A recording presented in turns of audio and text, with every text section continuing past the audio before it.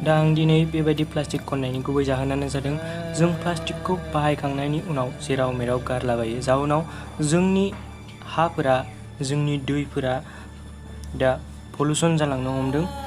दा जोंनि हाफोरावहाय बेबायदि प्लास्टिकखौ गारबाय थायोब्ला सानसे समाव जोंनि हायाव जोंनि आबाद जायै जालांगोन आरो दैयाव थाग्रा जिब जुनारफ्रा थैलांगोन।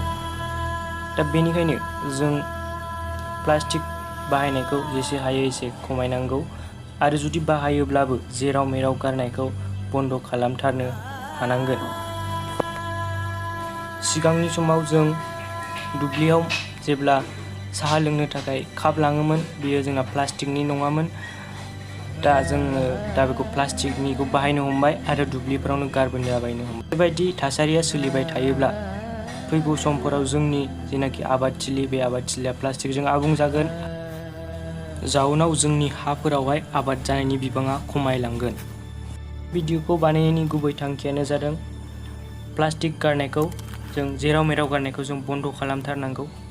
दा बे भिडिअखौ नायखांनायनि उनाव जुदि सोरबा सासेया बेफोरबायदि प्लास्टिक जेराव मेराव गारनायखौ बन्द' खालामनो आवगायबोयो, अब्लानो आं बे भिडिअ बानायनायनि गुबै थांखिखौ जाफुंसारबाय होननानै साननानै लागोन।